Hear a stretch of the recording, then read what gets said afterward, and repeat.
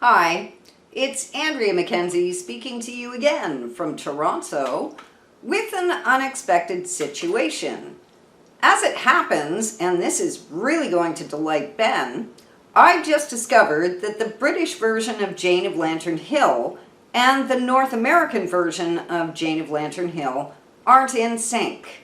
Somewhere, one of the versions either amalgamated a chapter or split a chapter, and we're not yet sure which. But the upshot is that you get a bonus chapter. Chapter 15 in the North American version. So without further ado, I will read Chapter 15 of L.M. Montgomery's Jane of Lantern Hill. "We must go and buy us a house soon, Duck," said Dad, jumping right into the middle of the subject as Jane was to find was his habit. Jane turned it over in her mind. "Is soon today?" she asked. Dad laughed. "Might as well be. This happens to be one of the days when I like myself reasonably well. We'll start as soon as Jed brings our car." Jed did not bring the car till noon, so they had dinner before they set out, and Mrs. Meade gave Jane a bag of butter cookies to stay their stomachs till supper time. "I like Mrs. Meade," Jane told Dad, a pleasant warmth filling her soul as she realized that here was somebody she did like. "She's the salt of the earth," agreed Dad, "even if she does think the Violet Ray is a girl." The Violet Ray might have been a girl for anything Jane knew to the contrary, or cared. It was enough to know that Dad and she were off in a car that would have given Frank a conniption at sight, bouncing along red roads that were at once friendly and secretive, through woods that were so gay and bridled with wild cherry trees sprinkled through them, and over hills where velvet-clad cloud shadows rolled, until they seemed to vanish in little hollows filled with blue. There were houses on every side in that pleasant land, and they were going to buy one. "Let's buy a house, Jane," just like that, as one might have said, "Let's buy a basket." Delightful. "As soon as I knew you were coming, I began inquiring about possible houses. I've heard of several. We'll take a look at them all before we decide. What kind of a house would you like, Jane?" "What kind of a house can you afford?" said Jane gravely. Dad chuckled. "She's got some of the little common sense still left in the world," he told the sky. "We can't pay a fancy price, Jane. I'm not a plutocrat. On the other hand, neither am I on relief. I sold quite a lot of stuff last winter." "Peaceful adjustments of international difficulties," murmured Jane. "What's that?" Jane told him. She told him how she had liked Kenneth Howard's picture and cut it out. But she did not tell him that Grandmother had torn it, nor about the look in Mother's eyes. "Saturday evening is a good customer of mine.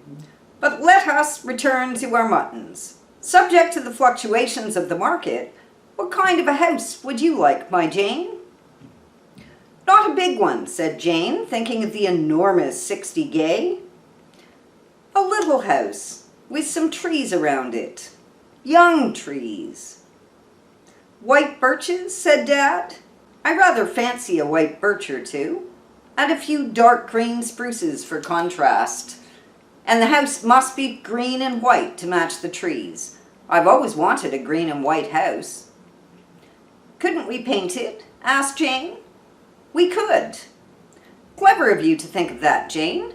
I might have turned down our predestined house just because it was mud color. And we must have at least one window where we can see the Gulf." "Will it be near the Gulf?" "It must be. We're going up to the Queen Shore district. All the houses I've heard about are up there." "I'd like it to be on a hill," said Jane wistfully.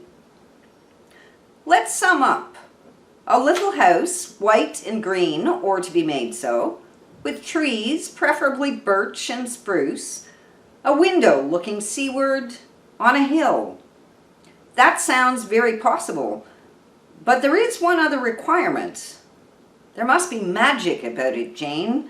Lashings of magic. And magic houses are scarce, even on the island. Have you any idea at all what I mean, Jane? Jane reflected. You want to feel that the house is yours before you buy it, she said. Jane, said Dad, you are too good to be true. He was looking at her closely as they went up a hill after crossing a river so blue that Jane had exclaimed in rapture over it, a river that ran into a bluer harbor. And when they reached the top of the hill, there before them lay something greater and bluer still that Jane knew must be the Gulf. Oh, she said, and again, oh. This is where the sea begins. Like it, Jane? Jane nodded. She could not speak. She'd seen Lake Ontario pale blue and shimmering, but this? She continued to look at it as if she could never have enough of it. I never thought anything could be so blue, she whispered. You've seen it before, said Dad softly. You may not know it, but it's in your blood. You were born beside it one sweet, haunted April night. You lived by it for 3 years. Once I took you down and dipped you in it to the horror of several people. You were properly baptized before that in the Anglican church in Charlottetown, but that was your real baptism. You are the sea's child, and you have come home. But you didn't like me, said Jane, before she thought. Not like you? Who told you that?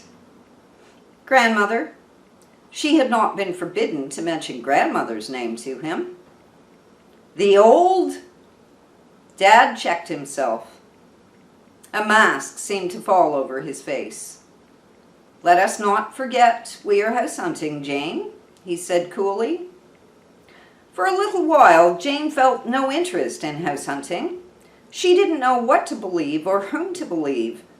She thought Dad liked her now, but did he? Perhaps he was just pretending. Then she remembered how he had kissed her. He does like me now, she thought. Perhaps he didn't like me when I was born, but I know he does now. And she was happy again. And that ends Chapter 15 of the North American version, and we're not quite sure of the chapter number of the British version. Thanks for listening, and we'll be back.